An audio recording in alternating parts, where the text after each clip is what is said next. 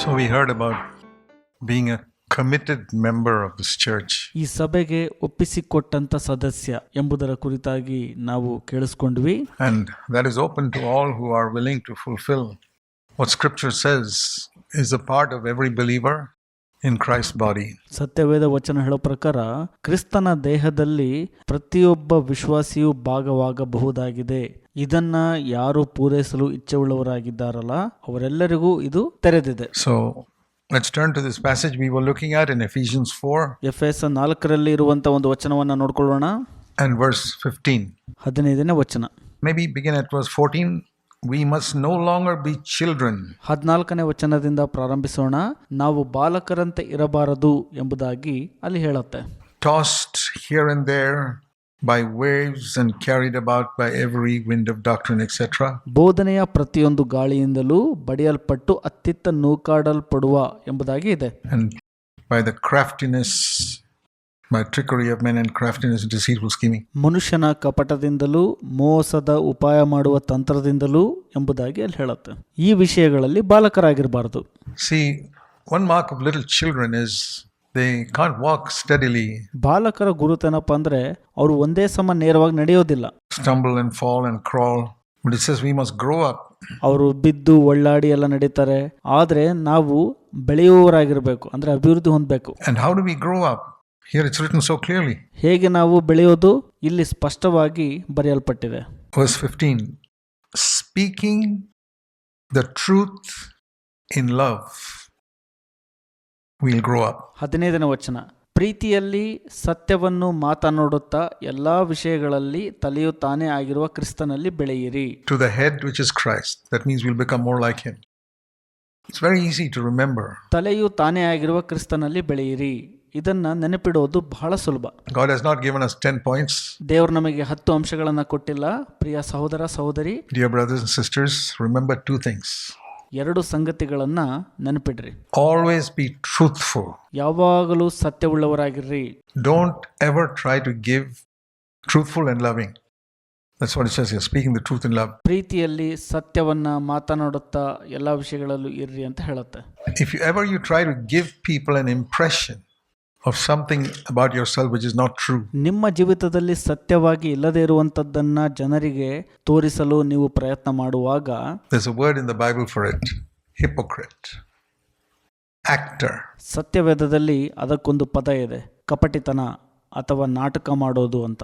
We must never try to give, certainly in the church, anyone an impression that you're more spiritual than you really are. ನಾವು ವಿಶೇಷವಾಗಿ ಸಭೆಯಲ್ಲಿ ಏನ್ ಕಲಿಬೇಕಪ್ಪ ಅಂದ್ರೆ, ನೀವು ಯಾವ ಮಟ್ಟದಲ್ಲಿ ಆತ್ಮಿಕತೆಯಲ್ಲಿ ಇಲ್ಲಲ್ಲ ಅದಕ್ಕಿಂತ ಹೆಚ್ಚಾಗಿ ಇನ್ನೊಬ್ಬರಿಗೆ ತೋರಿಸಬಾರದು. If you know you're defeated in your thoughts and defeated by lusting, ನೀವು ನಿಮ್ಮ ಯೋಚನಾ ಜೀವಿತದಲ್ಲಿ ಮತ್ತು ಮೋಹಿಸುವಿಕೆಯಲ್ಲಿ ಸೋಲುತ್ತಿದ್ದೀರಿ ಎಂಬುದಾಗಿ ನಿಮಗೆ ತಿಳಿದಿರುವಾಗ, don't get up here and speak like some prophet in the open type of sharing as if you're giving some profound message. ಪ್ರವಾದಿ ರೀತಿಯಲ್ಲಿ ಬಹಳ ತೆರೆದಂತ ಬಲವಾದಂತ ಸಂದೇಶವನ್ನ ಕೊಡೋ ಪ್ರಯತ್ನ ಮಾಡಬೇಡ್ರಿ. I'm not saying you should not share. Even a baby can share. ನೀವು ಹಂಚ್ಕೋಬಾರ್ದು ಅಂತ ಹೇಳ್ತಿಲ್ಲ ನಾನು. ಒಂದು ಬಾಲಕ ಕೂಡ ಹಂಚ್ಕೋಬಹುದು. But have low thoughts about yourself and you'll be a greater blessing than if you pretend to be very spiritual. ನಿಮ್ಮ ಬಗ್ಗೆ ನೀವು ಕಡಿಮೆ ಯೋಚನೆಯನ್ನು ಇಟ್ಕೊಳ್ರಿ, ಆಗ ನೀವು ದೊಡ್ಡ ಆಶೀರ್ವಾದ ನಿಧಿ ಆಗ್ತೀರಿ. ನೀವು ತುಂಬಾ ಆತ್ಮಿಕರು ಅಂತ ನಾಟಕ ಮಾಡೋದಕ್ಕಿಂತ ಹೆಚ್ಚಾಗಿ ಆಶೀರ್ವಾದವನ್ನು ಹೊಂದಿಕೊಳ್ಳುತ್ತೀರಿ. Usually the danger is with newer believers and young people especially. ಹೊಸ ವಿಶ್ವಾಸಿಗಳು ಮತ್ತು ಯೌವನಸ್ಥರು, ಇಲ್ಲಿ ನಿಜವಾದ ಅಪಾಯ ಇದೆ. Even if young people are being believers for 10-15 years, young people tend to want to impress and show. ಯೌವನಸ್ಥರು 10-15 ವರ್ಷಗಳಿಂದ ವಿಶ್ವಾಸಿಗಳಾಗಿರುವಾಗ ಅವರು ತಮ್ಮನ್ನು ತಾವು ಇನ್ನೊಬ್ಬರಿಗೆ ತೋರಿಸ್ಕೊಳ್ಳಿಕ್ಕೆ ಮತ್ತು ಮೆಚ್ಚಿಸಲಿಕ್ಕೆ ಪ್ರಯತ್ನ ಪಡ್ತಾರೆ. Very, very dangerous. Then you're not speaking the truth because it's not true in your life. Speaking the truth doesn't mean I'm going to say 2 + 2 is 4. It's not just that. ನಿಮ್ಮ ಜೀವಿತದಲ್ಲಿ ಯಾವ್ದು ನಿಜ ಅಲ್ಲಲ್ಲ ಅದನ್ನ ತೋರಿಸಿದ್ರೆ ಅದು ನೀವು ಸತ್ಯವನ್ನು ಆಡ್ದಂಗಲ್ಲ. ಸತ್ಯವನ್ನು ಮಾತನಾಡೋದು ಅಂದ್ರೆ 2 2 ಕೂಡಿದ್ರೆ 4 ಅಂತ ಹೇಳೋದು ಅಷ್ಟೇ ಅಲ್ಲ. It's more than that. It means I'm not giving an impression about myself which is untrue. ಅದಕ್ಕಿಂತ ಹೆಚ್ಚಾಗಿ ಏನಪ್ಪಾ ಅಂದ್ರೆ ನನ್ನ ಜೀವಿತದಲ್ಲಿ ಯಾವುದು ಸತ್ಯವಾಗಿಲ್ಲವಲ್ಲ ಅದನ್ನ ನಾನು ನನ್ನ ಬಗ್ಗೆ ಇತರರಿಗೆ ತೋರಿಸೋದಿಲ್ಲ. That means when I give people an impression about myself as more spiritual than I am, I'm not speaking the truth. ನಾನು ಆತ್ಮಿಕನಾಗಿರುವುದಕ್ಕಿಂತ ಹೆಚ್ಚಾಗಿ ಇನ್ನೊಬ್ಬರಿಗೆ ನಾನು ಹೆಚ್ಚು ಆತ್ಮಿಕನನ್ನು ತೋರಿಸಿಕೊಳ್ಳುವಾಗ ಅದು ನಾನು ಸತ್ಯವನ್ನ ನುಡಿದ ಹಾಗೆ ಅಲ್ಲ, I'm speaking a lie. ಆಗ ನಾನು ಸುಳ್ಳನ್ನ ಆಡುವನಾಗಿರ್ತೇನೆ. My life is I'm speaking words which are conveying a lie to people that I'm so spiritual when I'm down here. ಅದರ ಅರ್ಥ ನಾನು ಮಾತನಾಡುವಂತ ಮಾತು ಸುಳ್ಳಾಗಿ ಪರಿವರ್ತನೆಗೊಳ್ಳುತ್ತಿರುತ್ತದೆ, ನಾನು ಕಡಿಮೆ ಇರುವಾಗ ಆತ್ಮಿಕನು ಅಂತ ತೋರಿಸಿಕೊಳ್ಳುವಂಥದ್ದು. It's like giving people the impression I'm actually in the 10th grade when I'm actually in the 3rd grade.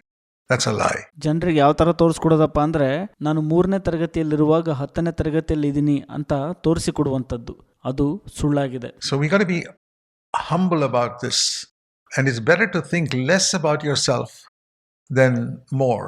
ನಾವು ಇದರ ಬಗ್ಗೆ ತಗ್ಗಿದ ಮನೋಭಾವದಲ್ಲಿರಬೇಕು. ಅಂದ್ರೆ ನನ್ನನ್ನು ನಾನು ಹೆಚ್ಚು ತೋರಿಸಿಕೊಳ್ಳೋದಕ್ಕಿಂತ ಹೆಚ್ಚಾಗಿ ನನ್ನ ಬಗ್ಗೆ ನಾನು ಕಡಿಮೆ ಯೋಚಿಸಬೇಕು. If you're unsure spiritually, am I in the 5th grade or the 3rd grade? Assume you're in the 3rd grade. ನಿಮಗೆ 3ನೇ ತರಗತಿಯಲ್ಲಿದ್ದೀನೋ ಅಥವಾ 5ನೇ ತರಗತಿಯಲ್ಲಿದ್ದೀನೋ ಅಂತ ನಿಶ್ಚಿತತೆ ಇಲ್ಲ ಅಂದ್ರೆ ನೀವು ಯೋಚಿಸ್ರಿ ನಾನು 3ನೇ ತರಗತಿಯಲ್ಲೇ ಇದ್ದೀನಿ ಅಂತ. Much better, safer than assuming that I think I'm higher. ಬಹಳ ಸುರಕ್ಷಿತ ಸ್ಥಳ ನೀವು ಉನ್ನತ ಮಟ್ಟದಲ್ಲಿದ್ದೀನಿ ಅಂತ ಯೋಚನೆ ಮಾಡೋದು ಅಥವಾ ತೋರಿಸ್ಕೊಳ್ಳೋದಕ್ಕಿಂತ ಹೆಚ್ಚಾಗಿ. And you can see that I hear sometimes, I've served the Lord 60 years. I got a little bit of discernment. ನಾನು ಕರ್ತನಲ್ಲಿ 60 ವರ್ಷ ಸೇವೆ ಮಾಡಿದ ಅನುಭವ ಇದೆ, ಅದರಿಂದ ನನಗೆ ಸ್ವಲ್ಪ ಸೂಕ್ಷ್ಮ ಗ್ರಹಿಕೆ ಇದೆ. ನಾನು ಯಾರಿಂದನಾದರೂ ಏನಾದರೂ ಕೇಳಿಸಿಕೊಳ್ಳುವಾಗ when I listen to people, I can make out this guy is just trying to impress everybody. ಈ ವ್ಯಕ್ತಿ ಎಲ್ಲರನ್ನ ಮೆಚ್ಚಿಸೋ ಪ್ರಯತ್ನ ಮಾಡ್ತಾ ಇದ್ದಾನೆ ಅಂತ ನನಗೆ ಗೊತ್ತಾಗ್ಬಿಡುತ್ತೆ. He's got nothing that it's not coming out of his life. It's coming out of his head. ಇದು ಆತನ ಜೀವಿತದಿಂದ ಬರ್ತಾ ಇಲ್ಲ, ಆತನ ತಲೆಯಿಂದ ಬರ್ತಾ ಇದೆ ಅಂತ ನನಗೆ ಗೊತ್ತಾಗ್ಬಿಡುತ್ತೆ. Maybe he's sharp, and that's a great danger of people who are in a Silicon Valley church where everybody's brilliant. You can get all types of brilliant thoughts from the Bible. ನೀವು ಚಾಣಾಕ್ಷ ಬುದ್ಧಿಯುಳ್ಳವರಾಗಿರಬಹುದು. ಈ silicon valley ಸಭೆಯಲ್ಲಿರುವಂತ ಕೆಲವು ಜನರು ಬುದ್ಧಿವಂತರು ಅನ್ಕೊಂಡಿರ್ತಾರೆ, ಸತ್ಯವೇದದಿಂದ ಬುದ್ಧಿವಂತಿಕೆ ಯೋಚನೆಗಳನ್ನ ಪಡೆದುಕೊಂಡಿರ್ತಾರೆ. ಇದು ದೊಡ್ಡ ಅಪಾಯ. To impress people, beware of it. Don't be a baby. ಜನರನ್ನ ಮೆಚ್ಚಿಸುವುದಕ್ಕೆ ಇದನ್ನು ಮಾಡ್ತಾರೆ. ಇದರ ಬಗ್ಗೆ ಎಚ್ಚರಿಕೆಯುಳ್ಳವರಾಗಿರ್ರಿ, ಬಾಲಕರಂತೆ ಇರಬೇಡ್ರಿ. Speak the truth in love for people, desire that they will grow. ಜನರಿಗಾಗಿ ಯಾವಾಗಲೂ ಪ್ರೀತಿಯಲ್ಲಿ ಸತ್ಯವನ್ನ ಮಾತನಾಡ್ರಿ, ಬಯಸಿರಿ, ಆಗ ಬೆಳೆಯಲು ಅನುಕೂಲ ಆಗುತ್ತೆ. See, a mother makes food for the children.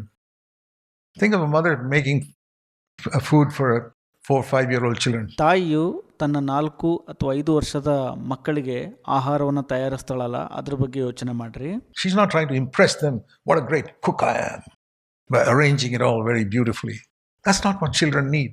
ಆಕೆ ಮಕ್ಕಳನ್ನ ಮೆಚ್ಚಿಸಲು ನಾನು ಎಷ್ಟು ದೊಡ್ಡ ಅಡಿಗೆ ಭಟ್ಟಳು ಎಂಬುದಾಗೆಲ್ಲ ತೋರಿಸ್ಕೊಳ್ಳಲ್ಲ ಆಕೆ. ಅದು ಮಕ್ಕಳಿಗೆ ಅವಶ್ಯಕತೆ ಇಲ್ಲ. That's you get visitors coming to your house, you arrange your food nicely for them, impress them. ನಿಮ್ಮ ಮನೆಗೆ ಯಾರೋ ಒಬ್ರು ಭೇಟಿ ಕೊಡ್ತಾರೆ, ಅವರಿಗೆ ಒಳ್ಳೆ ಆಹಾರವನ್ನು ತಯಾರಿಸ್ತೀರಿ, ಅವ್ರನ್ನ ಮೆಚ್ಚಿಸೋ ಪ್ರಯತ್ನ ಮಾಡ್ತೀರಿ. But a child, the mother is concerned that the child must get nourishing food. ಆದರೆ ತಾಯಿಯು ಒಳ್ಳೆ ಕಾಳಜಿ ಹೊಂದಿರ್ತಾಳಷ್ಟೇ ಮಗುವಿನ ವಿಷಯವಾಗಿ. Doesn't matter whether they're impressed with the way I present it or what type of plate it is presented in.